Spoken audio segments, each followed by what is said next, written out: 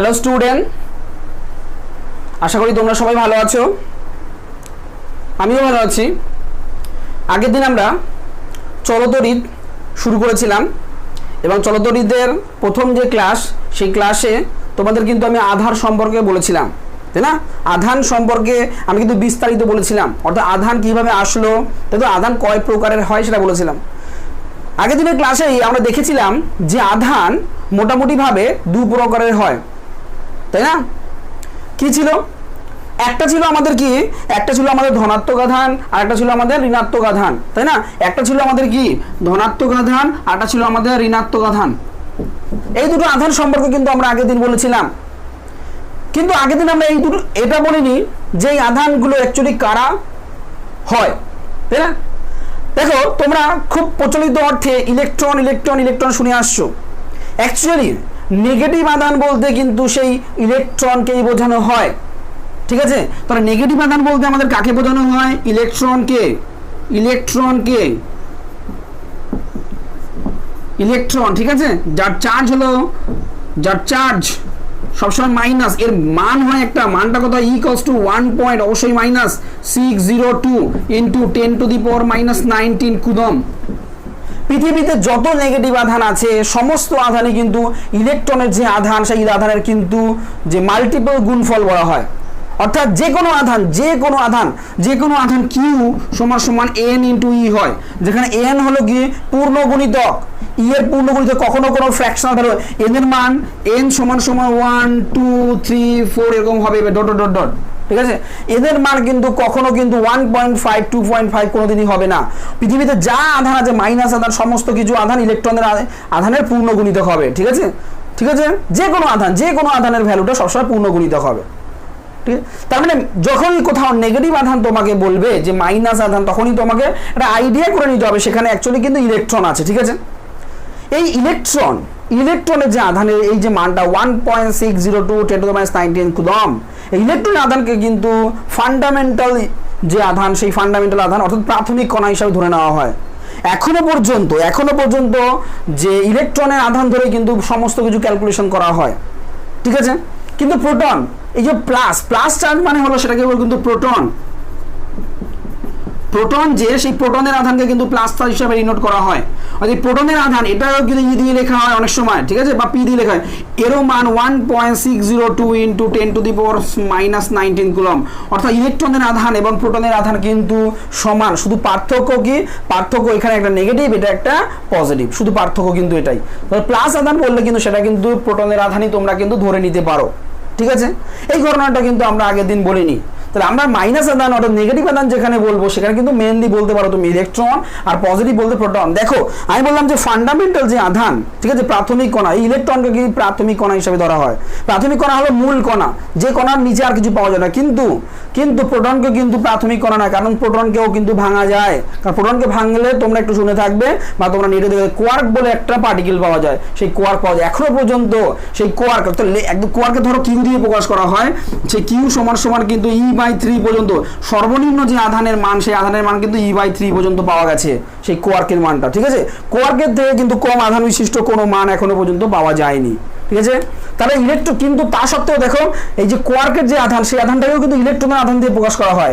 এই কারণে ইলেকট্রনের যে আধান, সেই আধানটাকে কিন্তু বলা হয় যে ফান্ডামেন্টাল যে পার্টিকেল, সেই ফান্ডামেন্টাল পার্টিকেল অর্থাৎ প্রাথমিক কণা হিসাবে কিন্তু ইলেকট্রনকে ধরা হয়, ঠিক আছে? এই কথাটা আমার মনে হয় যে বলা আমাদের খুব দরকার, তোমাদের জানা দরকার, তাই আমরা বললাম।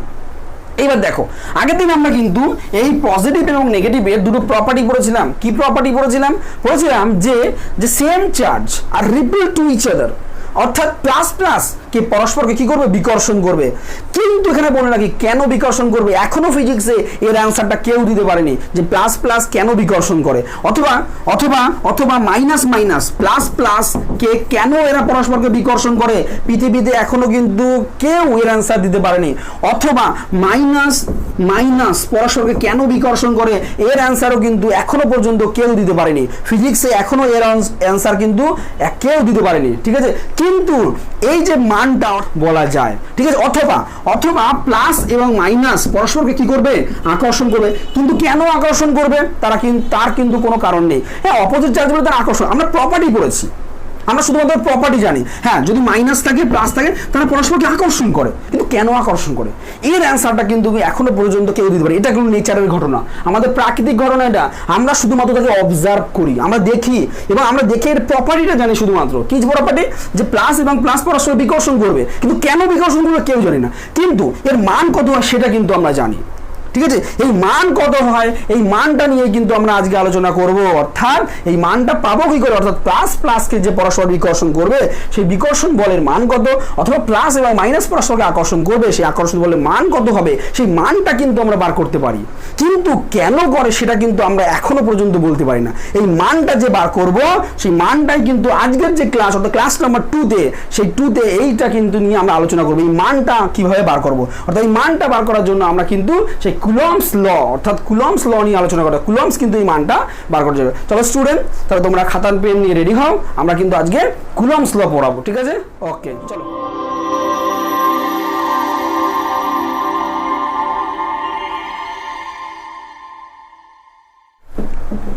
তাহলে আমরা কি বললাম যে আজকে আমরা কুলম্বের সূত্র পড়বো।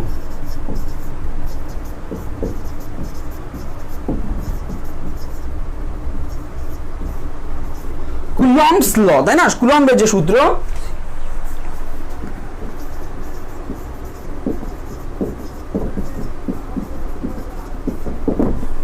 কুলম্ব যে সূত্র সেই সূত্রটা কিন্তু আমরা পড়বো। কুলম্ব কি বললো? কুলম্ব বলল যে দুটি বিন্দু আধানের মধ্যে আকর্ষণ বা বিকর্ষণ বলের মান বা আকর্ষণ বা বিকর্ষণ বল আধান দুটির গুণফলের সমানুপাতিক এবং তাদের দূরত্বের বর্গের ব্যস্তানুপাতিক। কি বললো? চলো স্টেটমেন্ট লিখি আমরা আগে, তারপর আমরা কুলম্বস ল ডিটেলসে যাব। কুলম্ব বললো যে কুলম্বের সূত্রটা, কুলম্ব বললো যে দুটি বিন্দু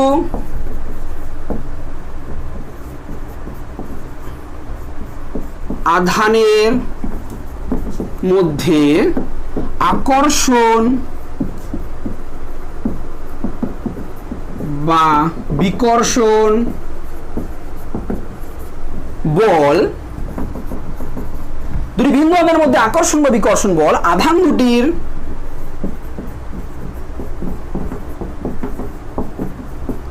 দুটির গুণফলের সমানুপাতিক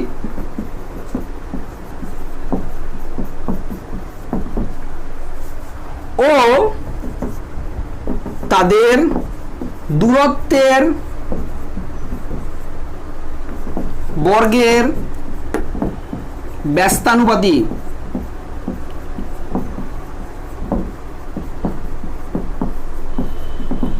এটা কুলম্বের স্টেটমেন্ট। কুলম্ব কি বললো? যে দুটি বিন্দু আধানের মধ্যে আকর্ষণ বা বিকর্ষণ বল আধান দুটির গুণফলের সমানুপাতিক ও তাদের দূরত্বের বা মধ্যবর্তী দূরত্বের বর্গের ব্যস্তানুপাতিক হয়। এটা কিন্তু কুলম্ব বললো। ঠিক আছে, তাদের মধ্যবর্তী দূরত্বটা তোমরা লিখে নাও। হ্যাঁ,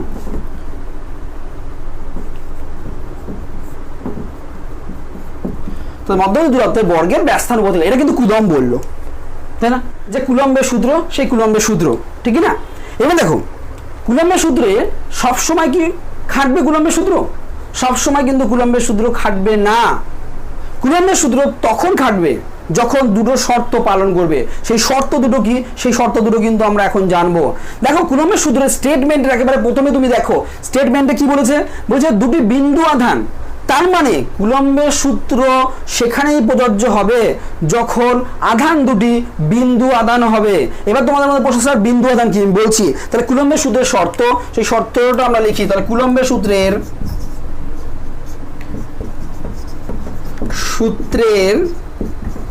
শর্ত কি? শর্ত ফার্স্ট যেটা বলছে যে আধান দুটিকে কিন্তু অবশ্যই বিন্দু আধান হতে হবে। আধান দুটিকে বিন্দু আধান হতে হবে। ঠিক আছে, তার মানে কি অ্যাকচুয়ালি? তোমাদের প্রশ্ন, স্যার বিন্দু আধান মানে কি অ্যাকচুয়ালি? দেখো, একদমই ঠিক কথা। মনে করো Q1 একটা আধান, আমরা আগের দিন বলেছি যে আধানকে Q দিয়ে ডিনোট করব। Q1 আমরা পজিটিভ কি নেগেটিভ জানি না, ইন জেনারেল একটা Q আধান। এখানে একটা আছে Q2, ঠিক আছে, তারা পরস্পর মধ্যে, ধরো কথার কথা বলছি, পরস্পরের মধ্যে আর দূরত্ব আছে। বলছে বিন্দু আধান, এই আধান দুটোকে আমরা তখনই বলবো যখন এই আর দূরত্বের তুলনায় এই কিউ, এই আধানটা এবং আধানটা খুবই ছোট হবে, তখন এই আধান দুটোকে বলবো আমরা বিন্দু আধান। বোঝা গেল? বিন্দু আমরা কখন বলবো? যখন এই আরের তুলনায় এই ছোট। অর্থাৎ আমাদের পৃথিবীর সাপেক্ষে, ধরো পৃথিবীর যে ব্যাসার্ধ তার সাপেক্ষে পিঁপড়ের যে সাইজ, ঠিক আছে, ব্যাপারটা এরকম যে পৃথিবীর সাপেক্ষে পিঁপড়ের সাইজ তুমি ভাবো, কল্পনা করো কত ছোট, এরকম ব্যাপারটা হলো, তখনই তাকে বিন্দু আধান বলবো। যে এই যে দূরত্বটা, মধ্যবর্তী যে দূরত্ব, তার তুলনায় যদি এটা খুব খুব খুব ছোট হয়, তখন এই আধানকে বলবো বিন্দু আধান। বোঝা গেল? তাহলে কুলম্বের সূত্র তখনই হবে যখন কিন্তু আধান দুটি কিন্তু বিন্দু আধান হবে। সেকেন্ড আর একটা ইম্পর্টেন্ট জিনিস বলছে যে কুলম্বের সূত্র হতে গেলে তখনই খাটবে যখন তাদের মধ্যবর্তী যে দূরত্বটা, সেই দূরত্বটা কিন্তু 10⁻⁻15 মিটারের থেকে বেশি হবে। ঠিক আছে, ভেরি ভেরি ইম্পর্টেন্ট একটা জায়গা, যে কখন খাটবে? যখন আধান দুটির মধ্যবর্তী দূরত্ব 10⁻⁻15 মিটার, অথবা এটাকে বলা হয় 1 ফেমটোমিটার, এর থেকে বেশি হবে। আধান দুটির মধ্যবর্তী দূরত্ব 10⁻⁻15 অথবা 1 ফেমটোমিটার, এর থেকে বেশি হবে। অর্থাৎ তোমাদের মধ্যে প্রশ্ন আসবে, স্যার এর থেকে কম হলে কি হবে, তাই না? তোমাদের মধ্যে অটোমেটিক্যালি কিন্তু প্রশ্ন আসবে, স্যার এর থেকে কম হলে কি হবে? এর থেকে কম হলে কিন্তু কুলম্বের সূত্র কিন্তু প্রযোজ্য হবে না, কুলম্বের সূত্র প্রযোজ্য হবে না। তার মানে কুলম্বের সূত্র যদি হতে হয়, তাহলে তোমাকে কিন্তু এই দুটো যে শর্ত, সেই শর্ত দুটো কিন্তু অবশ্যই মানতে হবে। ঠিক আছে, ফার্স্ট শর্ত বলছে আধান দুটিকে অবশ্যই বিন্দু আধান হতে হবে। বিন্দু আধান মানে কি সেটা আমি বললাম। আর একটা কি বলছে, যে আধান দুটির মধ্যবর্তী দূরত্ব অবশ্যই 10⁻⁻15 যে মিটার, তার থেকে বড় হতে হবে, অথবা 1 ফেমটোমিটার। 10⁻⁻15 মিটারকে 1 ফেমটোমিটারও বলা হয়ে থাকে। ঠিক আছে, যে ফেমটোমিটারের থেকে কিন্তু বেশি হবে। তাহলে এবার তোমাদের মধ্যে অটোমেটিক্যালি প্রশ্ন শুরু হয়ে গেছে, স্যার তাহলে 10⁻⁻15 মিটারের নিচে কি হবে, নিচে কি হবে, তাই না? তাহলে এটা হলো ব্যতিক্রম কুলম্বের সূত্র, এখানে কুলম্বের সূত্র খাটে না একেবারে। ঠিক আছে, তাই কুলম্বের সূত্র কোথায় খাটে না? 10⁻⁻15 মিটারের থেকে কম দূরত্বে কিন্তু কুলম্বের সূত্র প্রযোজ্য হয় না। ঠিক আছে, তাহলে চলো হ্যাশট্যাগ দিয়ে লিখে রাখো তোমরা, হ্যাশট্যাগ দিয়ে, তাহলে বোঝা গেল ব্যাপারটা যে কুলম্বের সূত্র কোথায় প্রযোজ্য হয় না, কুলম্বের সূত্র কোথায় প্রযোজ্য হয় না। তাহলে তোমরা হ্যাশট্যাগ দিয়ে লিখে রাখো যে 10⁻⁻15 মিটারের থেকে কম দূরত্বে কুলম্বের সূত্র প্রযোজ্য হয় না, সূত্র প্রযোজ্য হয় না। ঠিক আছে, কুলম্বের সূত্র প্রযোজ্য হয় না, অর্থাৎ এখানে খাটে না। উদাহরণ কি? উদাহরণ হলো যে আমাদের পরমাণু নিউক্লিয়াসের ভিতরে যে ঘটনাটা ঘটে, ধরো মনে করো একটা অ্যাটম, অ্যাটমের ভিতরে কে থাকে? মাঝখানে কে থাকে? মাঝখানে থাকে নিউক্লিয়াস। আর এখানে কে থাকে? এখানে ছোট ছোট ছোট ছোট ইলেকট্রন থাকে, তাই না? এই কক্ষপথগুলোতে কে থাকে? ছোট ছোট ছোট ছোট ইলেকট্রন থাকে। এইবার এর ভিতরে কে থাকে? ভালো করে ভাবো, এর ভিতরে কে থাকে? এর ভিতরে থাকে কোনো একটা নিউক্লিয়াসের ভিতরে কে থাকে? অ্যাটমের ভিতরে কে থাকে? নিউক্লিয়াস। নিউক্লিয়াসের ভিতরে থাকে কি থাকে? ছোট ছোট প্রোটন আর নিউট্রন, তাই না? সমান সংখ্যক প্রোটন এবং সমান সংখ্যক নিউট্রন। তাহলে proton proton neutron, proton neutron, proton এরকম ভাবে থাকে। এইবার তুমি ভাবো, এই যে এদের মধ্যবর্তী যে দূরত্বটা, এই প্রোটন প্রোটনের মধ্যবর্তী যে দূরত্বটা, সেই দূরত্বটা কিন্তু এর থেকে কিন্তু ছোট হয়, অর্থাৎ 10⁻⁻15 এর থেকে কিন্তু ছোট হয়, অর্থাৎ এখানে কিন্তু খাটে না। ন্যাচারালি কি বলে, আমরা কি জানি, প্লাস এবং প্লাস পরস্পরকে কি করবে তোমরা জানো? বিকর্ষণ করবে। প্রোটন, একটু আগে বললাম প্রোটনের চার্জ কি সবসময় পজিটিভ, আর প্রোটন একটা দুটো প্রোটন কি করবে? পরস্পরকে বিকর্ষণ করবে। অর্থাৎ তাকে কি নিউক্লিয়াসের ভিতরে থাকার কথা ছিল? কিন্তু কথা তো ছিল না। প্রোটন যদি বিকর্ষণ করে, তারা তো এখানে বাইরে বেরিয়ে যাওয়া কথা, কিন্তু প্রোটন কখনোই কিন্তু নিউক্লিয়াসের বাইরে বেরোয় না। তার মানে কি বোঝা গেল যে তার মানে এইখানে কিন্তু কুলম্বের সূত্র খাটে না, এইখানে অন্য একটা ফোর্স খাটে, সেটাকে বলা হয় কিন্তু স্ট্রং ফোর্স। ঠিক আছে, নিউক্লিয়াসের ভিতরে অন্য একটা ফোর্স খাটে, সেটাকে বলা হয় স্ট্রং ফোর্স। তোমরা বড় হলে পড়বে যে স্ট্রং ফোর্স ব্যাপারটা। ঠিক আছে, আশা করি কুলম্বের সূত্র তোমাদের বোঝা গেল। তাহলে কুলম্বের সূত্রে যে স্টেটমেন্টটা, সেই স্টেটমেন্টটা কি ছিল? বলছে দুটি বিন্দু আধানের মধ্যে আকর্ষণ বা বিকর্ষণ বল আধান দুটির গুণফলের সমানুপাতিক এবং তাদের মধ্যবর্তী দূরত্বের বর্গের ব্যস্তানুপাতিক। ঠিক আছে, তাহলে কুলম্বের সূত্রের যে ম্যাথমেটিক্যাল ফর্মটা সেই ফর্মটা আমরা আনি। ঠিক আছে, মনে করা যাক দুটি বিন্দু আধান, ধরো দুটো বিন্দু আধান Q1 Q2 পরস্পর থেকে আর দূরত্বে আছে। মনে করি দুটি বিন্দু আধান, অবশ্যই এই কথাটা বলবে বিন্দু আধান মেবি তারা positive positive negative positive negative negative positive যা খুশি হতে পারে। ঠিক আছে, আমরা নর্মালি ধরছি দুটি বিন্দু আধান। ঠিক আছে, দুটি মনে করি দুটি বিন্দু আধান Q1 ও Q2 তারা পরস্পর থেকে আর দূরত্বে আছে। খুব ভালো কথা, তারা পরস্পর থেকে আর দূরত্বে আছে, তাই না? কুলম্বের সূত্র অনুযায়ী তাদের মধ্যে কি কাজ করবে? তাদের মধ্যে একটা বল কাজ করবে। এখানে স্টেটমেন্ট দেখো, সেই বলটার কত হবে, বলটার মান কত হবে।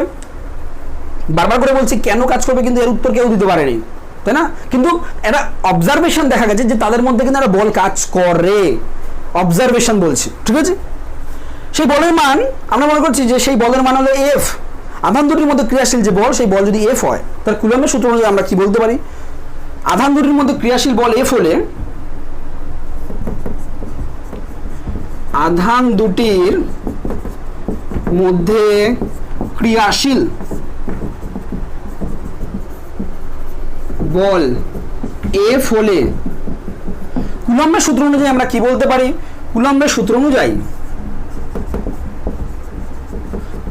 সূত্র অনুসারে আমরা বলতে পারি এফ ইজ প্রপোর্শনাল টু, আমরা তাই বলেছি সমানুপাতি। কার কার সাথে সমানুপাতি? Q1 এবং Q2 এদের গুণফলের সাথে সমানুপাতি যখন আর স্থির, আর সমান সমান স্থির। ঠিক আছে, আরেকটা আমরা কি জানি?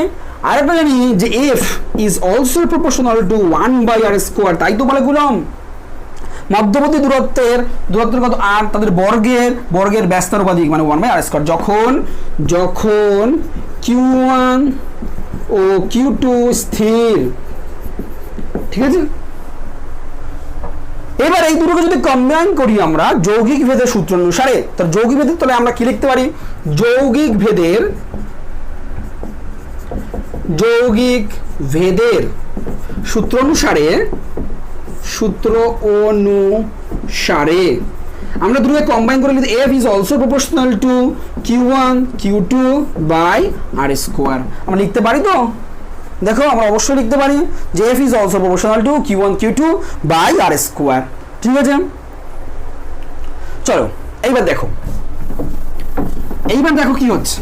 দেখো ছোটবেলায় তোমরা পড়েছো, কি পড়েছো তোমরা ছোটবেলায় তোমরা পড়েছো যে যৌগিক ভেদের ফর্মুলা থেকে যে সমানুপাতিক যদি থাকে তাহলে সেই সমানুপাতিক তুলে সেখানে একটা কনস্ট্যান্ট আনতে হয়, তাই না? ছোটবেলায় তোমরা পড়েছো। তাহলে এখানে একটা কনস্ট্যান্ট নিয়ে এসো। তাহলে কনস্ট্যান্ট যদি নিয়ে আসো তাহলে এফ সমান সমান কি হচ্ছে? K into Q1 Q2 by r²। এই কেটা হলো সত্যিই কে এটা, তার মানে এই কেটা কে ভালো করে ভেবে কেটাকে বলা হয় সমানুপাতিক ধ্রুবক, বা অনেক সময় বলা হয় যে স্থির তড়িৎ ধ্রুবক বা কুলম্বীয় ধ্রুবক। ঠিক আছে, এই কেটাকে বলা হয় সমানুপাতিক ধ্রুবক বা স্থির তড়িৎ ধ্রুবক বা কুলম্বীয় ধ্রুবক। ঠিক আছে, বোঝা গেল ব্যাপারটা? তাহলে আমরা চলো লিখি।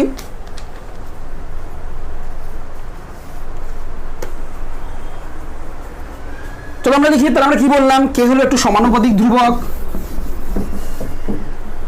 যার মান যেখানে কে হলো একটি সমানুপাতিক ধ্রুবক, তাই না? যার মান এই কে এর মান, যার মান ময়াকার ন, যার মান মাধ্যমের প্রকৃতির উপর ও একক ব্যবহৃত ব্যবহৃত একক পদ্ধতির উপর নির্ভর করে, একক পদ্ধতির উপর নির্ভর করে। ঠিক আছে, এই কে কে কি বলা হয়, এইমাত্র আমি কি বললাম, এই কে ধ্রুবক তো অনেক সময় স্থির তড়িৎ ধ্রুবক বা কুলম্ব ধ্রুবক বলা হয়ে থাকে। তাহলে কে কে সময় কি বলে, স্থির তড়িৎ ধ্রুবক, স্থির তড়িৎ ধ্রুবক বা বা কুলম্বীয় ধ্রুবক, স্থির তড়িৎ ধ্রুবক বা কুলম্ব ধ্রুবক হিসাবে বলা হয়ে থাকে, কুলম্ব ধ্রুবক বলা হয়। ঠিক আছে, এই গেল তোমাদের যে কুলম্বের সূত্র, সেই কুলম্বের সূত্রর কিন্তু মেন যে ফর্ম, যে কুলম্বের সূত্রের যে ম্যাথামেটিক্যাল ফর্ম, সেই ম্যাথামেটিক্যাল ফর্ম হলো F equals to Q1 Q2 by r square. অবশ্যই কে তাহলে কুলম্বের সূত্রের যে ম্যাথামেটিক্যাল ফর্ম, সেই ম্যাথামেটিক্যাল ফর্মটা কি, F সমান সমান K into Q1 Q2 by r square. ঠিক আছে, এই কুলম্বের সূত্র থেকে আমরা আধানের যে সংজ্ঞা, সেই সংজ্ঞা কিন্তু দিতে পারবো। ঠিক আছে, আধানের সংজ্ঞা কিন্তু আমরা এখান থেকে দিতে পারবো। ঠিক আছে, চলো আমরা এবার দিই। চলো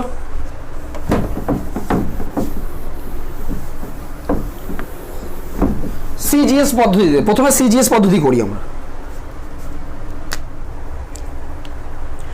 দেখো এবার আমরা কি সিজিএস পদ্ধতি দেখবো। ঠিক আছে, সিজিএস পদ্ধতিতে আমাদের এই যে কে এর ভ্যালুটা, এই যে কে এর ভ্যালুটা কিন্তু 1 হয়। আমরা এইমাত্র একটুকে বললাম যে কে এর ভ্যালু কি কার উপর ডিপেন্ড করে, মাধ্যমের প্রকৃতির উপর ডিপেন্ড করে এবং কি যে একক পদ্ধতি, ব্যবহৃত একক পদ্ধতির উপর নির্ভর করে।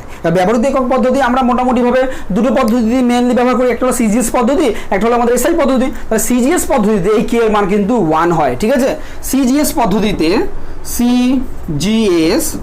পদ্ধতিতে কে সমান সমান কিন্তু আমাদের 1 হয়। যদি 1 হয় তাহলে এই সমীকরণটাকে আমরা কি লিখতে পারি, এই সময় F equals to Q1 Q2 by r square. এটা কিন্তু সিজিএস পদ্ধতিতে কুলম্বের সূত্রের সাধারণ রূপ। ঠিক আছে, এখান থেকে কিন্তু অনেক সময় ম্যাথ আসে, সিজিএস পদ্ধতিতে কুলম্বের সূত্রের সাধারণ রূপ।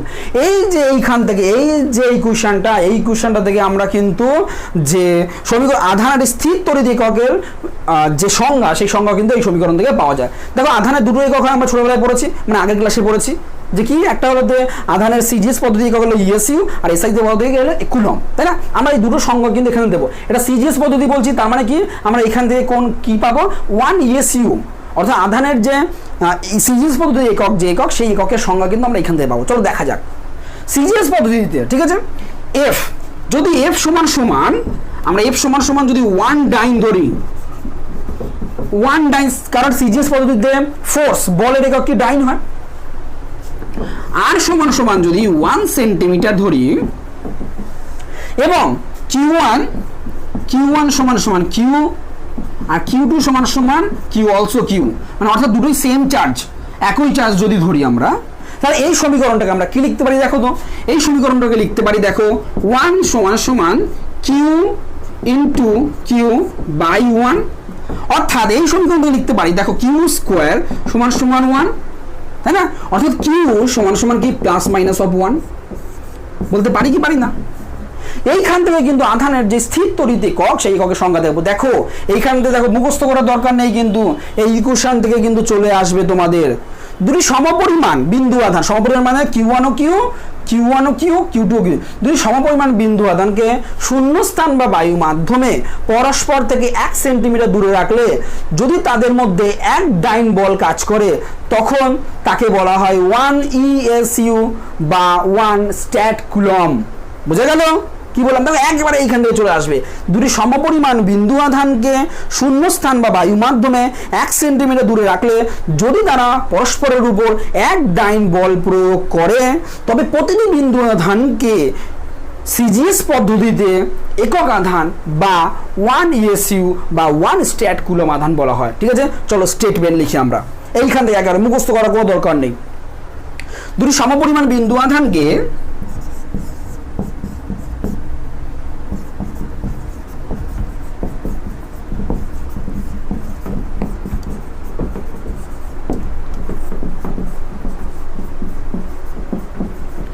সমপরিমাণ বিন্দুকে শূন্যস্থান বা বায়ু মাধ্যমে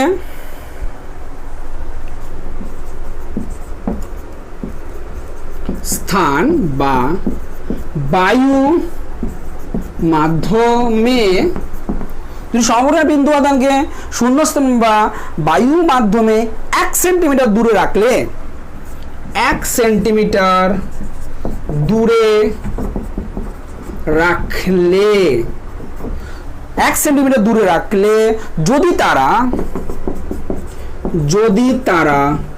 পরস্পরের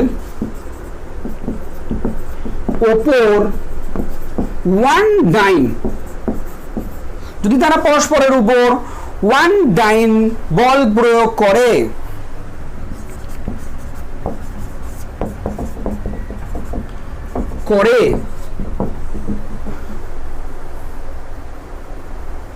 তবে প্রতিটি বিন্দু আধানকে সিজিএস পদ্ধতিতে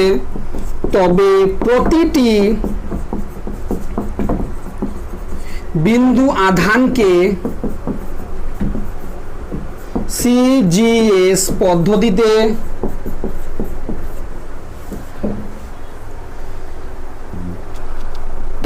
একক আধান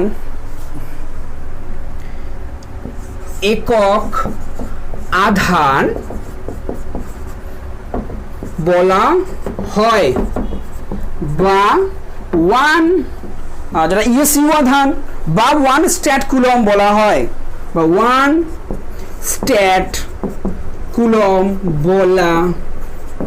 হয় বোঝা গেল? এটা কিন্তু তুমি এই সংজ্ঞাটা কিন্তু দিতে পারো, 1 স্ট্যাট কুলম কিন্তু বলা হয়। বোঝা গেল?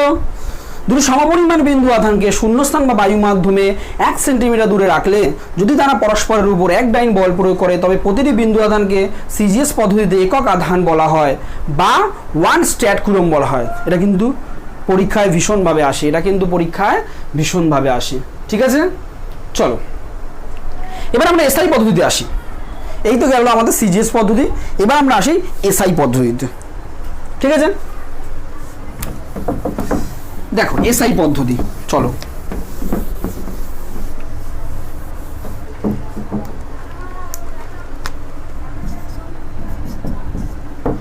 এসআই পদ্ধতিতে এই কে এর মান হয় এসআই পদ্ধতিতে কে সমান হয় 9 × 10⁹। এবার তোমাদের প্রশ্ন আছে, এই ভ্যালুটা কোথা থেকে আসলো? দেখো একটু বড় হয়ে তোমরা পড়বে, যখন কুলম্বের লয়ে পড়বে এই কে সমান একটু বড় হয়ে পড়বে, এই কে সমান হয় অ্যাকচুয়ালি 1/4πε0। ঠিক আছে, এই ε0কে বলা হয় যে ফ্রি স্পেস পারমিটিভিটি বা শূন্য মাধ্যমে তড়িৎ ভেদ্যতা, তার একটা মান হয় ε0। ঠিক আছে, 8.854 × 10⁻⁻, সম্ভবত 12 হ্যাঁ এসআই ইউনিট, 12 এসআই ইউনিট এটা মান হয়। এই মানটা তুমি যদি এখানে পুট করো তাহলে আর 4π এর মান তুমি জানো, পাইয়ের মান কি আমাদের 22 এর সাথে যেটা জানো, এটা যদি বসাও কে এর ভ্যালুটা কিন্তু এটাই বেরিয়ে যাবে। ঠিক আছে, এইখান থেকে কিন্তু আসে, এইগুলো তোমাদের এখন জানার বিষয় না, এটাকে যা জেনে রাখো। এটাকে বলা হয় যে শূন্য স্থানে তড়িৎ ভেদ্যতা। এবার তোমাদের বলছে তড়িৎ ভেদ্যতা কি, এগুলো আরো ডিটেলসে আমরা সব বলবো, তোমরা তার জন্য ভালোভাবে পড়ো। ক্লাস 12-এ আসো, ক্লাস 12 সায়েন্সে আসো, তাই না? ক্লাস 12-এ আসো তোমরা সায়েন্স। এখন যদি বলে দিই সব, তাহলে ক্লাস 12-এ কি বলবো? ক্লাস 12-এ আসো, এই যে সব বলবো এগুলো।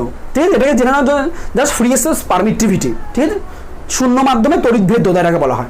এখানে বসালে কে এর মান এটা চলে আসে, অর্থাৎ এসআই পদ্ধতি কে সমান অর্থাৎ এসআই পদ্ধতিতে কুলম্বের লয়ের যে ইকুয়েশনটা, সেই ইকুয়েশনটা কি হবে দেখো, এফ সমান আমাদের কি হয়ে যাবে 9 × 10⁹ Q1 Q2 r²। অর্থাৎ এটা কিন্তু তোমার কিন্তু ইকুয়েশন হয়ে যাবে এসআই পদ্ধতিতে কুলম্বের লয়ের যে ফর্মুলা, সেটা কিন্তু F = 9 × 10⁻⁹ Q1 Q2 r²। ঠিক আছে, এখান থেকেও কিন্তু আধানের স্থির তড়িৎ এককের যে সংজ্ঞা অর্থাৎ 1 কুলম্বের যে সংজ্ঞা এখান থেকে দেওয়া যায়। কি করে দেওয়া যায় চলো দেখা যাক, একইভাবে দেবো। ঠিক আছে, ধরো এখানে F সমান 9 × 10⁹ নিউটন। ঠিক আছে, ধরি F সমান এত, R সমান 1 মিটার, তাহলে এবং Q1 সমান Q আর Q2 সমান অলসো Q, একই চার্জ। ঠিক আছে, ধরা হলো। তাহলে এই সমীকরণটাকে কি লিখতে পারি দেখো তো, এখন 9 ইন্টু 10 টু দি পাওয়ার 9 সমান সমান 9 into 10 to the power 9 q into q, তার মানে একবারে বলে দিই কিউ স্কোয়ার বাই 1, ঠিক না? এটা কেটে যায়, এটা কেটে গেলে 1, তার মানে কিউ স্কোয়ার সমান সমান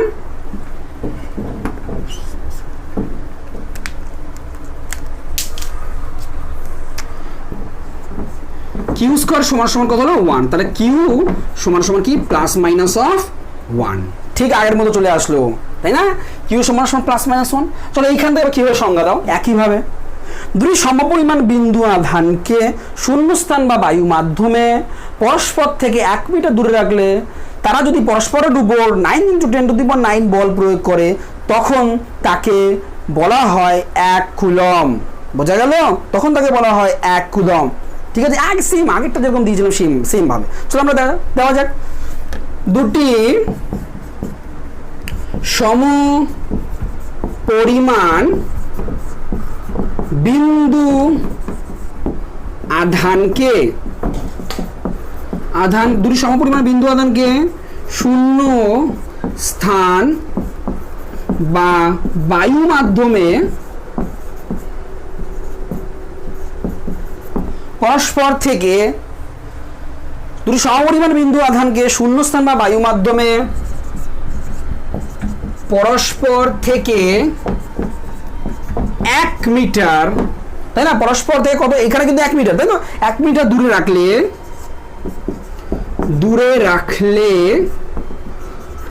1 মিটার দূরে রাখলে যদি এরা পরস্পরের উপর পরস্পরের উপর 9 ইন্টু 10 টু দি পাওয়ার 9, তাই না? এই যে নিউটন বল প্রয়োগ করে, ভালো করে ভাববে, 10 টু দি পাওয়ার 9 বল প্রয়োগ করে, তবে প্রতিটি বিন্দু আধানকে প্রয়োগ করে, তবে প্রতিটি বিন্দু আধানকে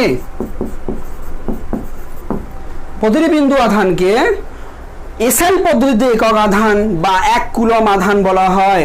তবে প্রতিটি বিন্দু আধানকে এসআই পদ্ধতিতে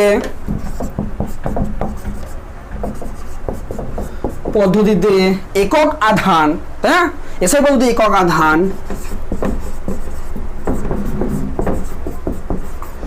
বা 1 কুলম বলা হয়।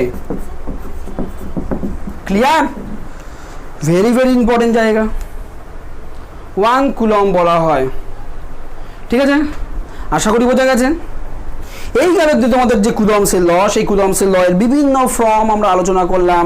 কুলম্বসের ল থেকে কীভাবে স্থির তড়িৎ যে আমাদের কি বলে এটাকে, যে স্থির তড়িৎ একক বা 1 কুলম কাকে বলে বা 1 ইউসিউ কাকে বলে, সেই সংজ্ঞাগুলো কিন্তু আমরা দিলাম। ঠিক আছে, আমি ছোট্ট এখান থেকে একটা যে কুলম্বের লতে কীভাবে কীরকম টাইপের অঙ্ক আসে, তোমরা কিন্তু এখানে ভিডিও পজ করে নিজেদের মতো করে নেবে, নিজেদের মতো নোট করে নেবে। ঠিক আছে, চলো আমরা একটা ছোট্ট অঙ্ক দেখে নিই। ঠিক আছে, চলো।